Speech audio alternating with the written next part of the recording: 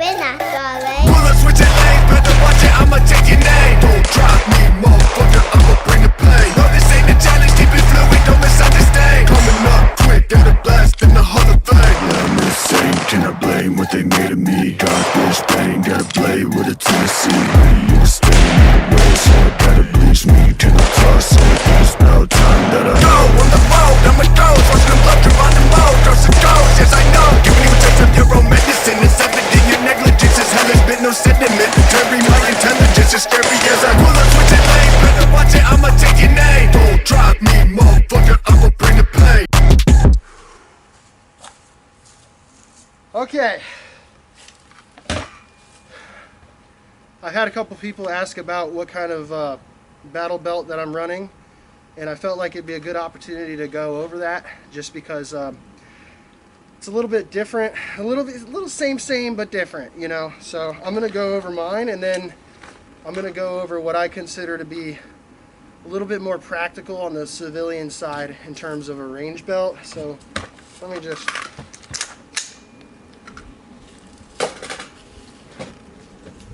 I'm gonna sweep this baby off, dust it off a little bit.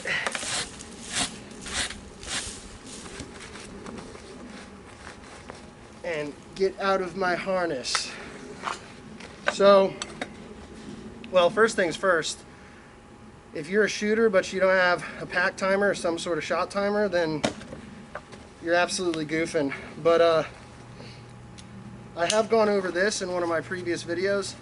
I do recommend everybody get on the fanny train, just because it gives you that capability to carry those extra little admin items that you might not want to fit on your belt or carry with you all the time on your belt. You know, I've got a notepad in here. I've got a headlamp in here, some extra batteries, because we're going to be doing a little bit of night shooting soon. So let me undress myself real quick. All right.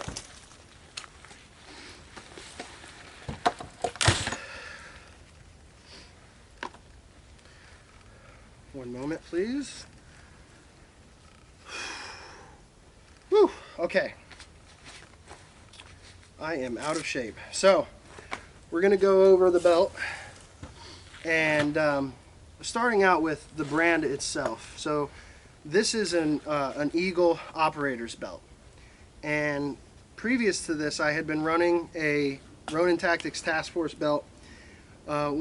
You know, just your typical two-piece Velcro inner, main belt outer setup. And honestly, I found that just in my case, it was a bit of a pain in the ass to wear heavier layers over it and have them billowing over the belt, and just getting it on and off in general, getting it lined up with that Velcro. So being the lazy bastard that I am, I went ahead and I put in an HSGI inner belt. So this is a padded rubberized inner belt that basically turns any two-piece battle belt system into a one-piece system. And that's really convenient for me because it allows me to just grab and go with the belt. I don't have to finagle, you know, I don't have to mess with it, position it over things. I just put it on, strap it on, and I'm good to go. And it will fit over any sort of layering systems, anything like that I'm working with. So we've got the HSGI inner belt here, and definitely rocking a Safariland for the SIG. This is the RDR holsters custom Safariland for the X5. So really, you know, I do highly recommend Safariland for everybody. Some sort of retention holster. I don't really like friction fit holsters, just because of the, you know, they're a lot less secure. They can come off you. They wear your, you know, they do wear your gun a little bit quicker in terms of the finish, and they just don't exude the kind of drip that you want out of a holster. So popping this off, we've got the True North modular holster adapter. You know, everybody's running these now because it is a lot better than the UBL. It actually attaches via these two metal clips, and it just has a lot less wiggle on it. It's a lot more secure than the normal UBL. And we've got right here the Vastus system. So this thing is kind of, your leg strap goes through it. It wraps around the edges of your leg and also eliminates wiggle. Really cool setup. Couple $100 just to get this setup right here with the Safariland. So that could be a little bit above some people's budget, but you know, going with the normal Safariland UBL works too. So moving on to the knife.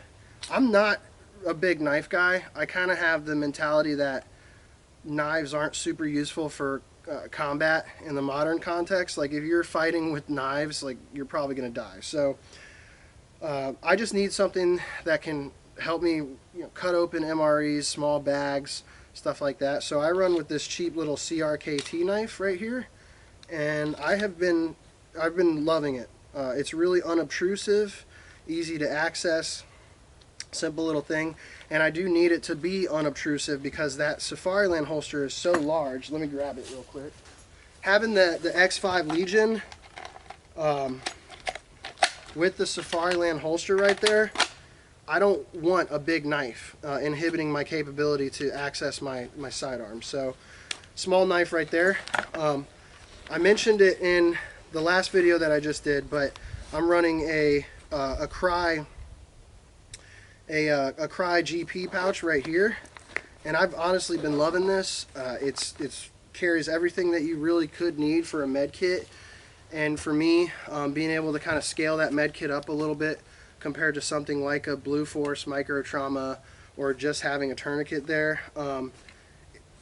You know, maybe it's not the most useful thing in the world for civilians, but for me, it just gives me that extra peace of mind. For SSE, sensitive site exploitation, I've got a, I think it's BFG roll pouch. I'm not sure who makes it, but I've got a dump pouch that rolls right up. Super low profile, unobtrusive yet again, low weight. You know, one of the things that when you look at this belt and you see that almost every piece of real estate is taken up on this belt, it looks a lot heavier than it is. And that's, some of that comes from the companies that I chose to do business with. They all make, you know, lightweight pieces of gear that still kind of retain that those capabilities that you would want. So moving over here, we've got your run-of-the-mill Esstac Crye suite of magazines. They're the main people that I recommend for belt-mounted, you know, magazine solutions. I really like their pistol mags because, you know, at any moment I can run multiple pistol mags, or I can run just one pistol mag and something like a light, or one pistol mag and something like a Leatherman multi-tool, or just go all out with the pistol mags here. This is really my preferred setup in terms of angle as well, because reaching this further back pistol mag, having it be vertical like that is very intuitive, but having this 45-degree offset pistol mag allows my whatever plate carrier that I'm wearing, or if I'm wearing something like a dangler or a fanny, which, you know, again, I do recommend everybody roll with a fanny pack. It doesn't get in the way of my draw when I'm reaching down past that to grab this. This is just a little Haley Strategic D-ring that can interface between the inner and outer belt that I hang my gloves from, and I got some pigs right here. So this, I would use this belt for just a general purpose kind of war belt. Anything from the range all the way up to you know, my main line for combat. My philosophy when it comes to belts is that should be the first thing that a prospective gun owner gets. If they're looking at scaling up their gear and getting some load carriage solutions, a lot of people like to focus on the high speed stuff like plate carriers, chest rigs, stuff like that, when in reality, for the large majority of people, they're going to be able to cover all of their bases just running something like a belt.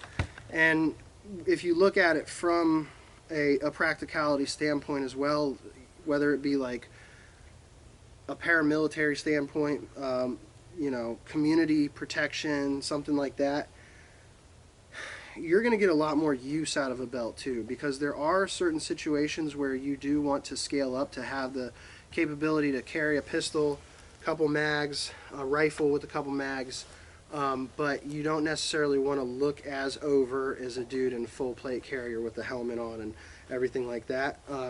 A good example is the social unrest that happened back in 2020. Having a battle belt on made a little bit more sense at that time than having like a full, you know, shit hits the fan loadout. So I definitely recommend people start with the belt, you know, relegate yourself to a couple $100s to get a good belt setup, and you're going to be a lot happier than if you're just stuck in a plate carrier at all times. That also goes for work at the range too. You don't always want to be wearing full battle rattle when you're training. Sometimes you need to focus a little bit more on the fundamentals, the shoot, move, and the communicate, and it can be a little bit easier to isolate when you're just working off of a belt.